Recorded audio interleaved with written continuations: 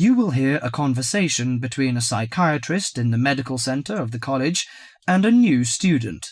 First, you have some time to look at questions 1 to 4.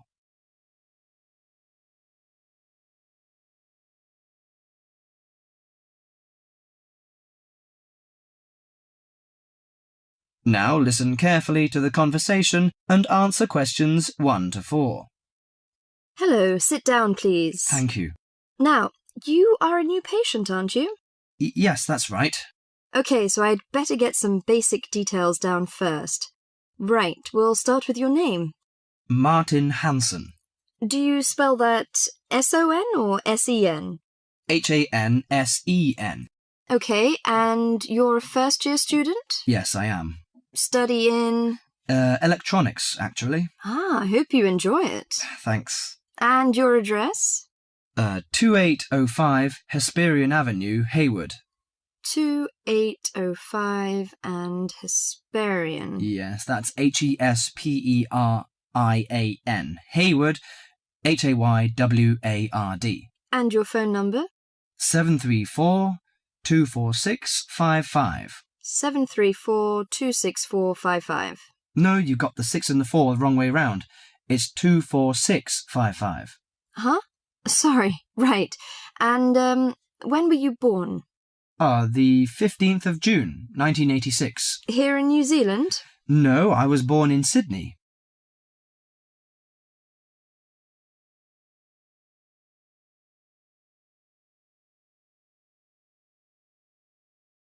Before you hear the rest of the conversation, you have some time to look at questions 5 to 10.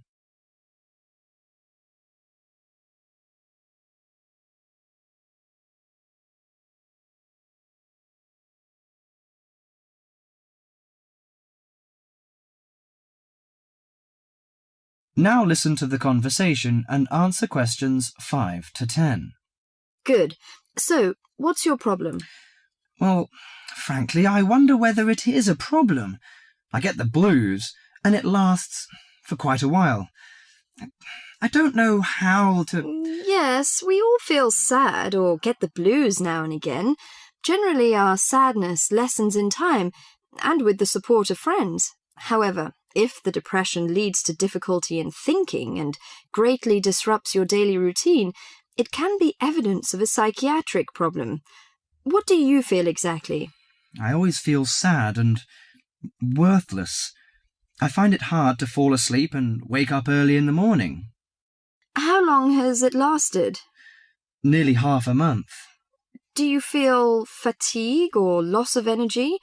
Or you may have lost interest or pleasure in usual activities? Yes, sometimes. At first I thought I could overcome it by myself, but I failed, and I'm so glad that you came here. It seems that you are suffering mild depression from your symptoms. Depression? Yes, I feel depressed sometimes. But why would I... Depression may occur as a result of biochemical changes in the body. Alcohol, amphetamines, cocaine, and LSD can bring on depression. Those who have a family history of depression usually have a greater risk of depression. Sometimes the worrying changes in life can lead to depression. I see.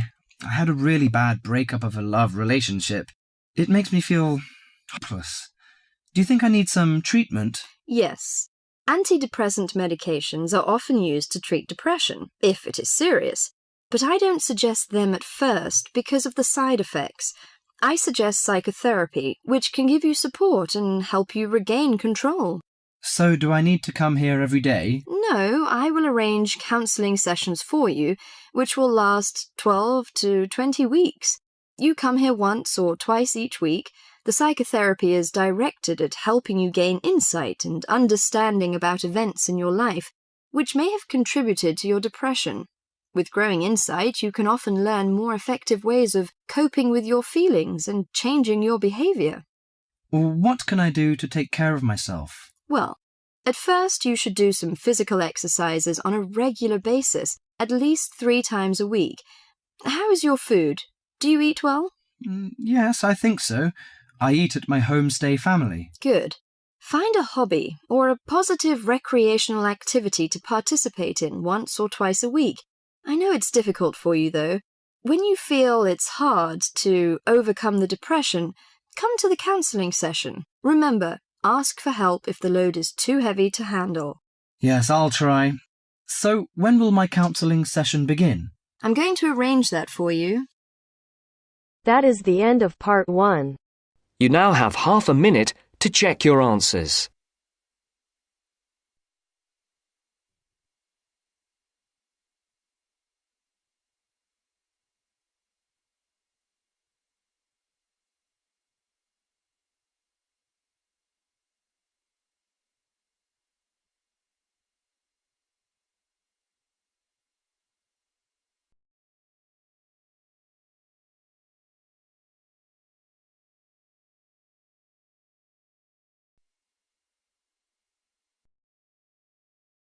Now turns to part 2. Part 2.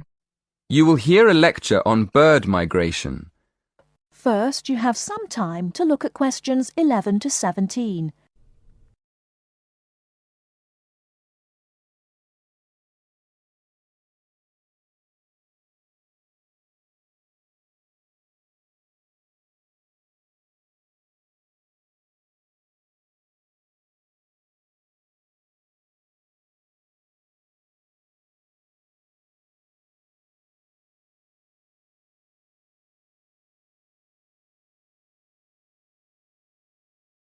Now, listen carefully and answer questions 11 to 17.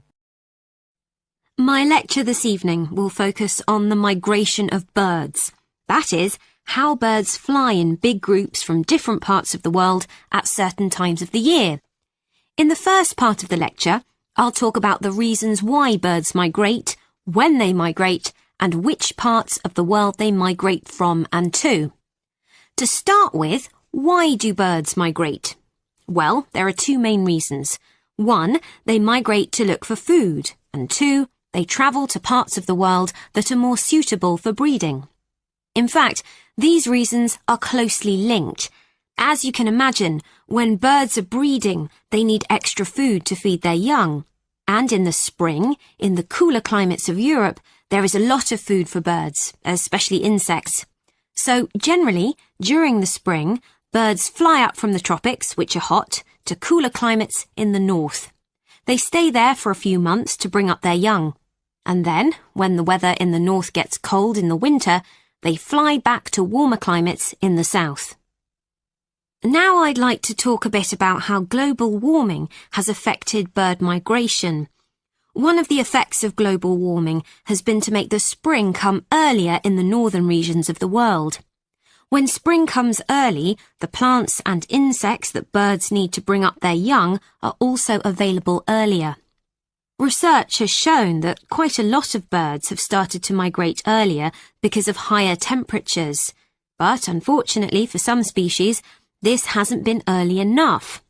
What I'm saying is that birds that are travelling a long way for breeding may arrive too late to find enough food to feed their young, and their population drops drastically. Scientists are currently researching more about this. Before you hear the rest of the talk, you have some time to look at questions 18 to 20.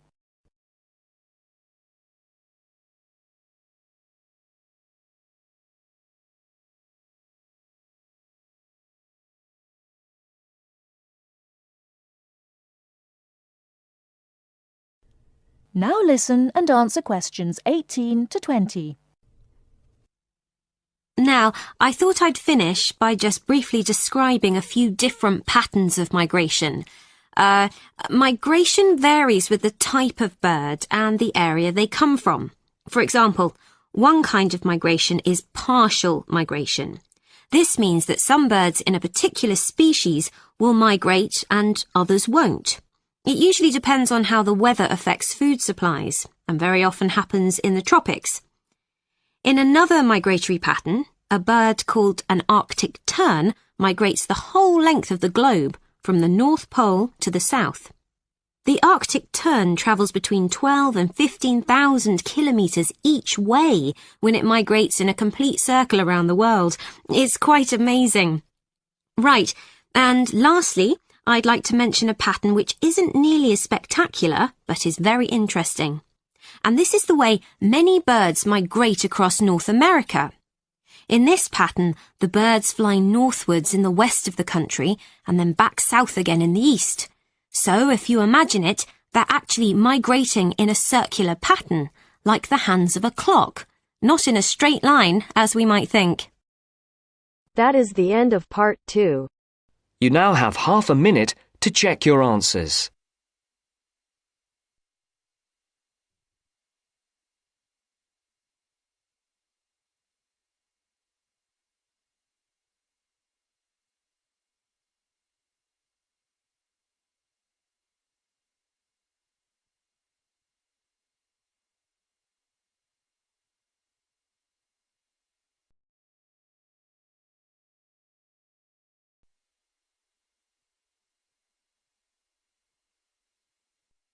Now turns to part 3.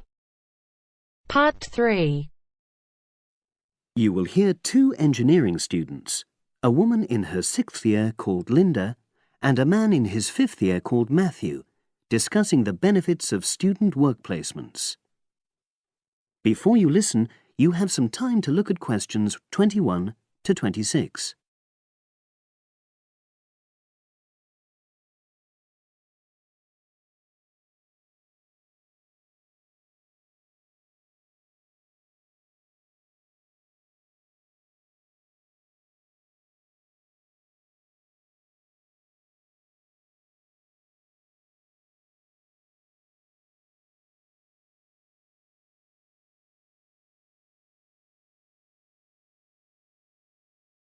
Now listen and answer questions 21 to 26. Hi, Linda. Can you spare a few minutes? Hello, Matthew. No problem. I just wanted to talk to you about temporary work placements. I've never really thought there was a good reason for doing one. I've got some savings, so I don't really need the money at the moment. But I've had an email from the university about a vacancy that looks quite interesting. You did a placement last year, didn't you? I did, yes. In my case, I wanted to find out if I was making the right career choice before I began applying for permanent jobs. I thought I wanted to work in car manufacturing, but I wasn't sure, so I applied to Toyota. What was the application process like? Lengthy. There were a lot of different parts to it. The dullest one was a psychometric test. You know, when you have to answer loads of questions about yourself. And you're trying to guess what's the best thing to say. Yes. Then there was an activity that we did in groups, which I found really fascinating. Engineers are renowned for being a bit unsociable, but I thought we made a great team. And we had an individual task too. We had to sort through various business documents and prioritize them. It was just like what you have to do as a student, really, just with different content. What exactly were you doing on the placement? I was helping to design some diagnostic software to identify any waste in the car assembly process. Do you mean waste of materials? No, time. Anything that can speed the process up helps to cut costs. How did the work placement compare to being a student? Was it hard work? Yes, it was. I'd had full-time work before. I've done various unskilled jobs during university holidays, and some of those involve long hours. So I thought I'd find it easy. I was wrong, though. I think when you're on placement, you're always trying to prove yourself. So you push yourself hard to succeed? Yes. But I got a lot of support from my employers. They were always helpful. And then, at the end of the placement, I was given formal feedback. Do you mean on your engineering ability? Well, no. I didn't really need that because we had team meetings every other day. And so I had the chance to discuss technical issues and ask about anything that wasn't clear. The evaluation was about general workplace things, like organizational ability, initiative, that sort of thing. I get the impression you think you benefited from the placement. Well, the best thing is that they've offered me a job for next year. Depending on my exam results, of course, but still. A permanent one? Yes. But apart from that, I learned so much. The industrial environment was much more demanding than the academic one, so my general skills improved, like time management, meeting deadlines. And on the technical side, I learned new software packages, like MS Project. Well, I think you've convinced me that work placements are worthwhile, but while you're here, can you give me advice on something else? Before you hear the rest of the conversation, you have some time to look at questions 27 to 30.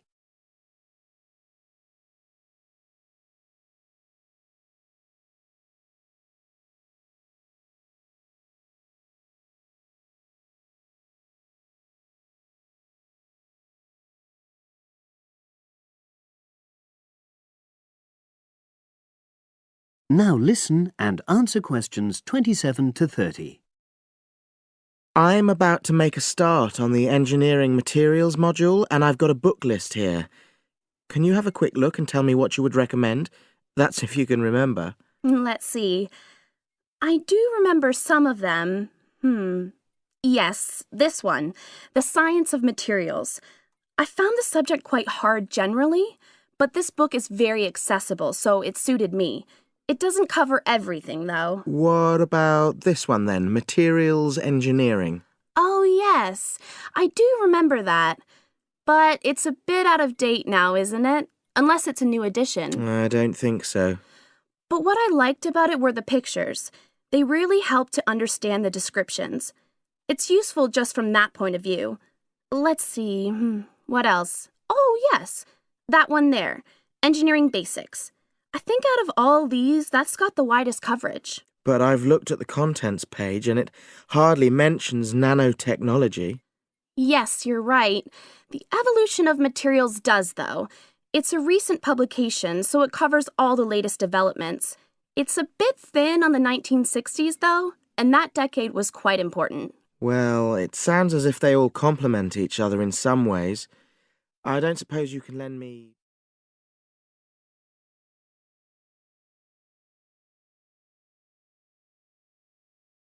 That is the end of part 3. You now have half a minute to check your answers.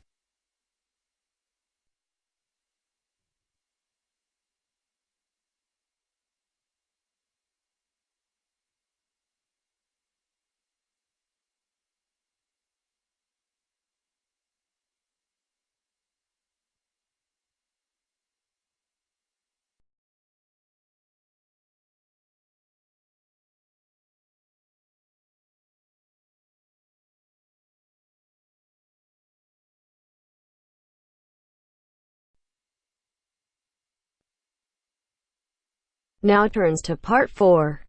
Part 4.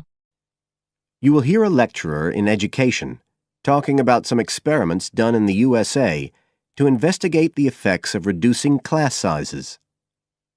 First, you have some time to look at questions 31 to 40 on pages 71 and 72.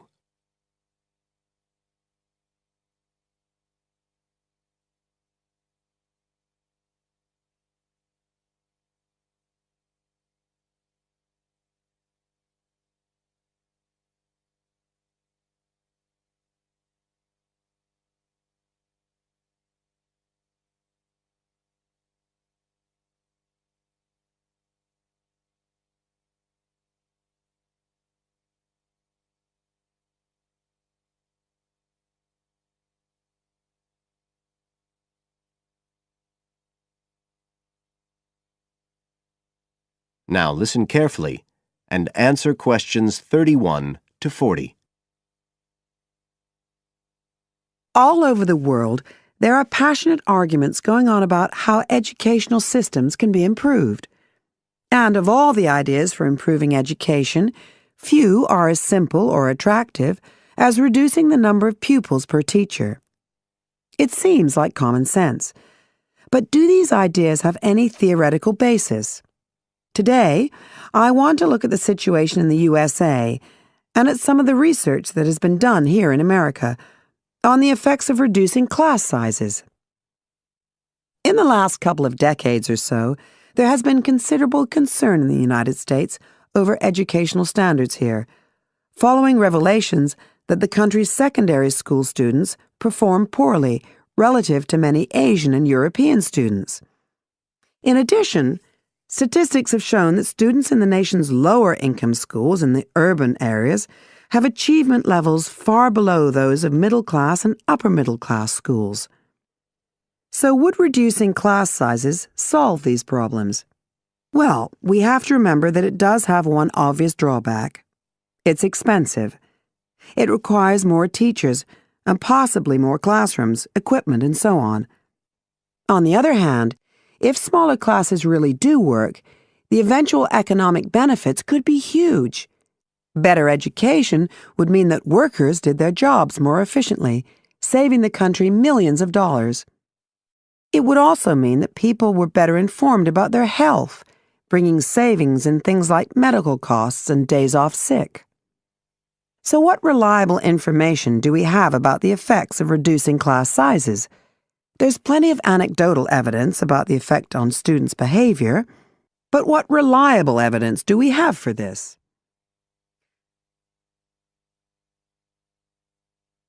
Let's have a look at 3 research projects that have been carried out in the USA in the last couple of decades or so. The first study I'm going to look at took place in the state of Tennessee in the late 1980s. It involved some 70 schools. In its first year, about 6,400 students were involved, and by the end of the study, 4 years later, the total number involved had grown to 12,000. What happened was that students entering kindergarten were randomly assigned to either small classes of 13 to 17 students or regular-sized classes of 22 to 26. The students remained in whatever category they had been assigned to through the 3rd grade, and then, after that, they joined a regular classroom. After the study ended in 1989, researchers conducted dozens of analyses of the data. Researchers agree that there was significant benefit for students in attending smaller classes, and it also appears that the beneficial effect was stronger for minority students. However, there's no agreement on the implications of this. We still don't know the answer to questions like how long students have to be in smaller classes to get a benefit, and how big that benefit is, for example. The second project was much larger and took place in California. Like the Tennessee study, it focused on students from kindergarten through to grade 3, but in this case, all schools throughout the state were involved. The experiment is still continuing, but results have been very inconclusive, with very little improvement noted. And the project has, in fact, also had several negative aspects. It meant an increased demand for teachers in almost all California districts. So the better-paying districts got a lot of the best teachers, including a fair number that moved over from the poorer districts. And there were a lot of other problems with the project. For example, there weren't any effective procedures for evaluation. All in all, this project stands as a model of what not to do in a major research project. A third initiative took place in the state of Wisconsin at around the same time as the California project began, and it's interesting to compare the two. The Wisconsin project was small. Class sizes were reduced in just 14 schools, but it was noteworthy because it targeted schools at which a significant proportion of the students were from poor families, compared with California's one-size-fits-all approach. Analysts have found that the results are very similar to the Tennessee project, with students making gains that are statistically significant, and that are considerably larger than those calculated for the California initiative. Now, I'd like to apply some of these ideas to the latest.